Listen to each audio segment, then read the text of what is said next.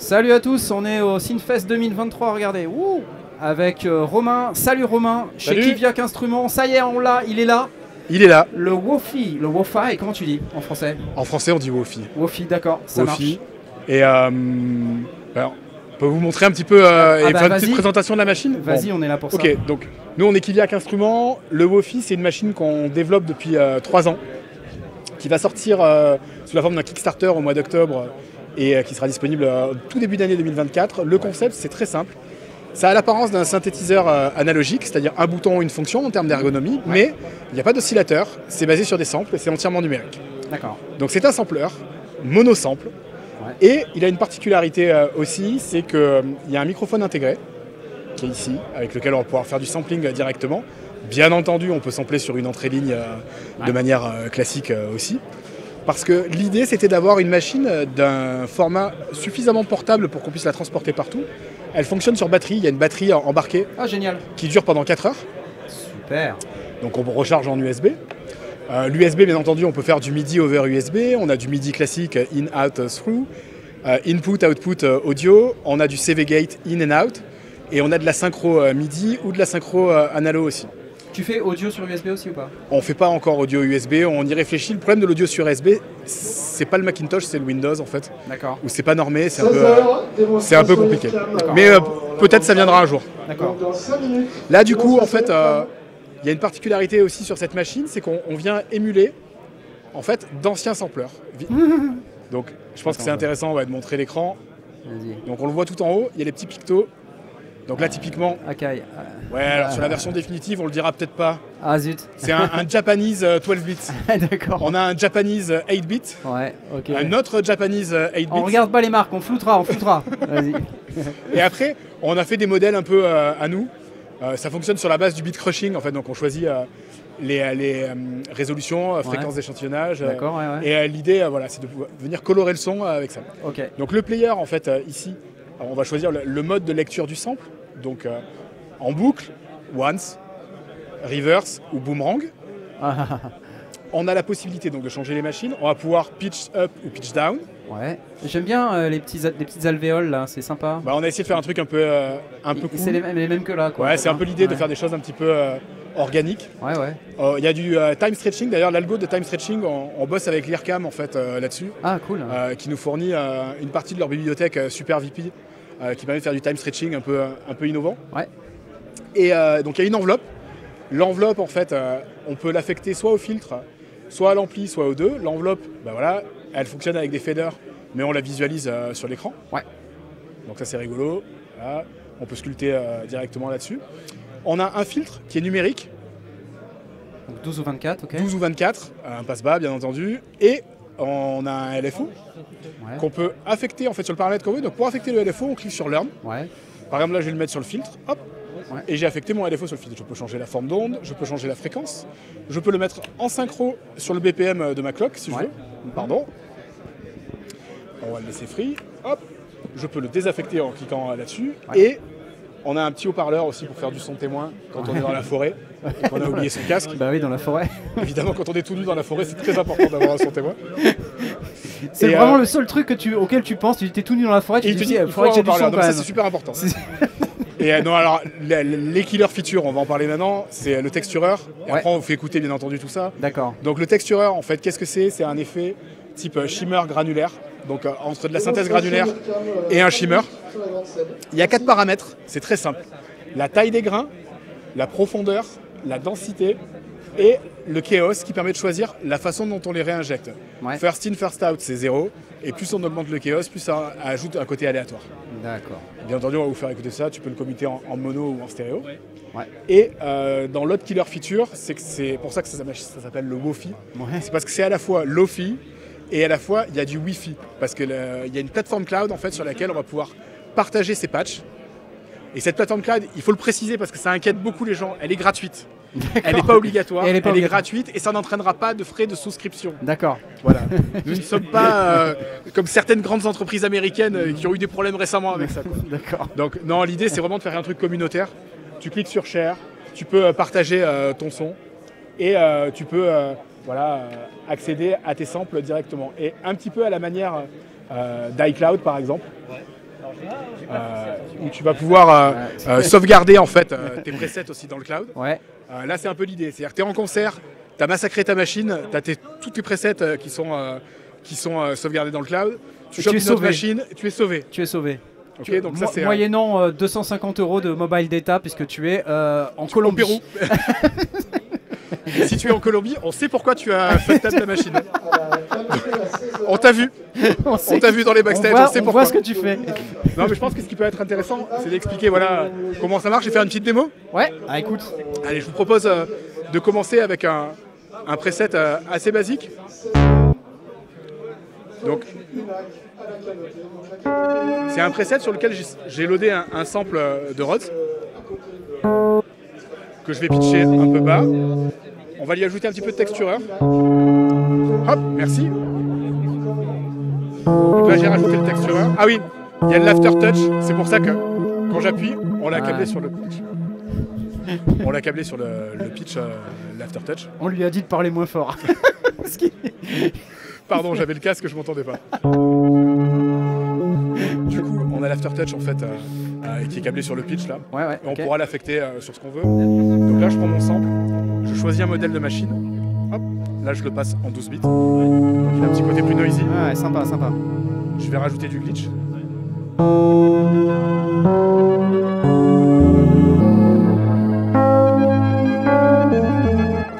Ici, je vais pouvoir changer la taille des grains. Je vais pouvoir affecter mon LFO en cliquant sur Learn ici. Je vais pouvoir affecter mon LFO au filtre, par exemple, au cut-off du filtre.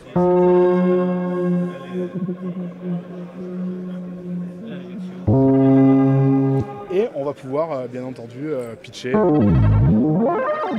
des trucs rigolos, time stretcher, ou faire des choses plus classiques. Par exemple, là, ce qu'on va faire, je vais charger un sample, un preset avec un son de synthé analogique. Et on va se faire une petite séquence. Vas-y. Donc là, on a un step sequencer monophonique. Ok, je vais choisir mon tempo. 16 pas. Ok. Je vais choisir ici la division. Et j'ai un séquenceur de paramètres. J'ai un séquenceur de paramètres en fait ici. D'accord, ouais. Donc là, je le bascule en param. Et en fait, je vais pouvoir me mettre en mode automation.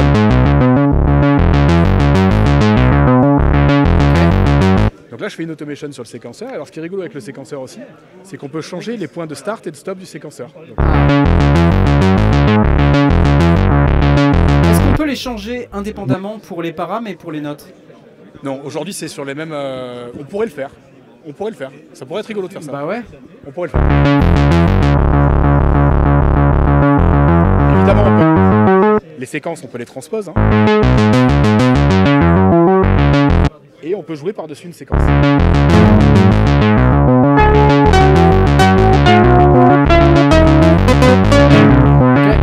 Donc ça, c'est assez rigolo. Le séquenceur, en fait, il y a une vue en fait ici où on voit les notes en fait qui sont notées, mais on peut le basculer maintenant en piano roll aussi. Ok. Donc ça, c'est une nouvelle feature qu'on est en train de travailler. Et même chose pour les params. On peut les avoir directement ici ou en mode piano roll aussi. D'accord, cool. Voilà. Après, dans les menus, ce qui est rigolo aussi, ça va être hop, ici les menus où on va pouvoir changer par exemple la conf MIDI de la machine. Donc, en fait, il y a un routing MIDI assez complet dans lequel on va pouvoir dire je prends le in MIDI de tel channel sur l'entrée USB, je le renvoie sur le out en DIN et s'en servir un peu comme une screwbox et même faire des altérations de signal MIDI. Genre changer les control change ou des choses comme ça. Faire du filtrage et puis de la réécriture. Exactement, à la volée pour pouvoir faire du live. Ah ouais. On a la même chose sur le CV Gate. Le CV, en fait, on peut choisir à quoi on l'affecte, à quel paramètre on l'affecte, et du coup, vraiment l'intégrer dans un setup modulaire et faire du live avec. Donc, se servir de ce séquenceur pour déclencher des modules externes ou l'inverse. Excellent, excellent. Qu'est-ce qu'on a comme connectique derrière? On a de l'USB. Je te rends ton micro, vas-y. Hop, donc, je vais aller checker derrière. On a de l'USB. Donc, l'USB sert à recharger la machine, mais aussi au MIDI over USB. On a du MIDI in, out et through. On a un line in, line out en stéréo avec des jacks 635. On a une prise headphones et on a du CV gate, donc un CV in, un CV out, un gate in, un gate out et un mode out aussi. plus de la synchro analo. Synchro analo, ouais, je vois ça, ouais. Okay. Donc on peut vraiment l'intégrer dans un setup modulaire. Ouais, exactement. Toute connexion acceptée. Exactement. Parfait. Et des vraies prises MIDI, félicitations. Et des vraies prises MIDI, on n'aime pas trop les mini jack. On a tendance à les casser. Mais alors, on a des grosses mains patodes. Mais t'as mis un headphone en mini jack? Ouais, on a mis un headphone en mini jack en fait, puisqu'il y avait une raison. C'est parce qu'on manquait un peu de place au bout d'un moment. D'accord. Il a fallu qu'on fasse des concessions. Il y a un moment, il n'y a plus rien qui rentre. Il y a un moment, il faut trouver des solutions. Ouais, il faut, d'accord. Voilà. Et ben, il y a un port cartouche aussi. Oui, oui. On va faire des cartouches, enfin on les a faites. Hein. On n'en a pas pour j'en avais vu une, ouais. Tu m'en avais montré une quand j'étais Voilà, donc on a des cartouches en fait sur lesquelles on peut stocker en fait si on veut pas faire de cloud, si on est short dans la mémoire interne.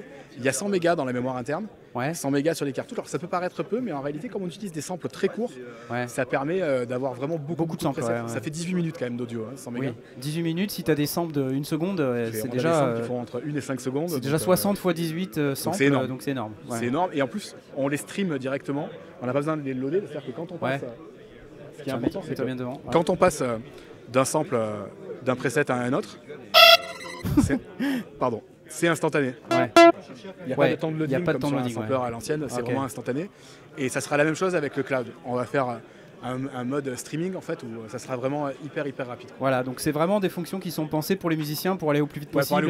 L'idée derrière cette machine, c'est quand tu as une idée, l'inspiration c'est un truc éphémère. Donc si tu veux la concrétiser, il faut que ça aille vite, sinon tu perds l'inspiration. En tout cas, moi je fonctionne comme ça comme musicien. Et donc j'ai voulu une machine où l'ergonomie, le workflow est hyper simple, hyper easy, pour que tu passes de l'idée à la concrétisation de l'idée au plus vite. Ouais, pas de fuck around sur le... Ouais, et on évite le deep diving, les combinaisons de 8 touches. Alors oui, on peut faire du shift, quelque chose quand on veut faire des fonctions avancées. Oui, on n'a pas le choix parce qu'il y a un nombre limité de touches. Mais l'essentiel, c'est-à-dire 90% de ce qu'on peut faire, on le fait en accès direct sur la machine. Ok. Voilà. Tu me fais un peu de son encore? Bien sûr. Allez, c'est parti. Pause. Si tu as un truc à dire, tu le reprends. Là, il y a un truc qui peut être marrant, je pense, c'est faire une démo de sampling live. Ah, vas-y. Donc on va faire ça. Donc là, on va se mettre en mode record.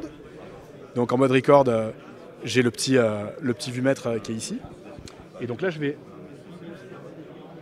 j'ai armé le record. Quand j'appuie, ça va déclencher. Donc je vais faire un truc avec ma bouche. Waouh.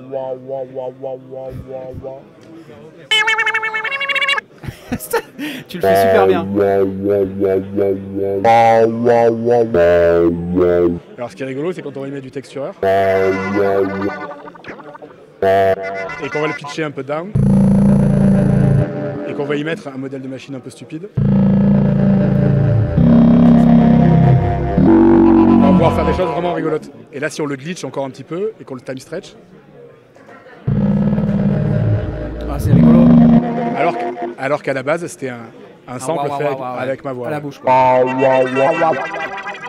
Donc l'idée, c'est vraiment de remettre le sampling de manière un peu créative et un peu rigolote au cœur du truc, quoi. Alors bien sûr, on va proposer des banques de sons aussi pour agrémenter ça. Mais l'idée, c'est vraiment de lancer la communauté et que ça devienne un petit peu communautaire et que chacun puisse partager ses sons et y accéder. Excellent. Et ben le Wofi, quand est-ce qu'il est dispo et à combien qu'il est dispo? Alors Kickstarter en octobre cette année. Ok. Et le prix sur le Kickstarter en tout cas, ce sera 599 €. Waouh. Donc le prix sur le Kickstarter sera sur 599 € et probablement que le prix public sera plutôt aux alentours des 800. D'accord, ok. C'est des prix TTC ça. Hein. Voilà. C'est les prix TTC, voilà. Donc c'est vraiment le prix pour le end user. Quoi. Super, ben merci beaucoup. Et la plateforme cloud, elle sera disponible en même temps? Elle sera disponible en même temps. Donc le Kickstarter en octobre, livraison des premières machines, premier trimestre 2024. Il y a un truc qui est important aussi, on a fait une version plugin en fait du textureur. Et ce plugin là en fait, on va vous le montrer brièvement, on vous le fera pas écouter parce que c'est la même chose. Pardon. Vas-y, je vais pas afficher ton mot de passe. Donc, le textureur en plugin, c'est exactement la même chose avec quelques paramètres en plus comme la gestion de la vitesse des grains et le pitch des grains. La possibilité de choisir les harmoniques qu'on va mettre en avant avec un petit côté random aussi. Il sera disponible le jour du Kickstarter. Et pour les early buyers en fait, du Wofi, il sera cadeau. Ce sera un des rewards du Kickstarter, ce sera le plugin. Et ensuite, le plugin sera dispo pour 49 €. Ok. Voilà. Et on va développer. le textureur qu'on a dans le Wofi, mais avec des Exactement. fonctions en plus. Et l'idée, c'est voilà, de pouvoir en loader plein d'instances sur ton dos Bien sûr, ouais, et que ce soit easy. Et on va développer plein d'autres plugins et plein d'autres produits. Ok. Merci beaucoup, Romain. Ben, merci à toi, Knarf. Très très complet. Merci. Excellent. Allez, salut. Bon Salut. salon. Salut, ciao.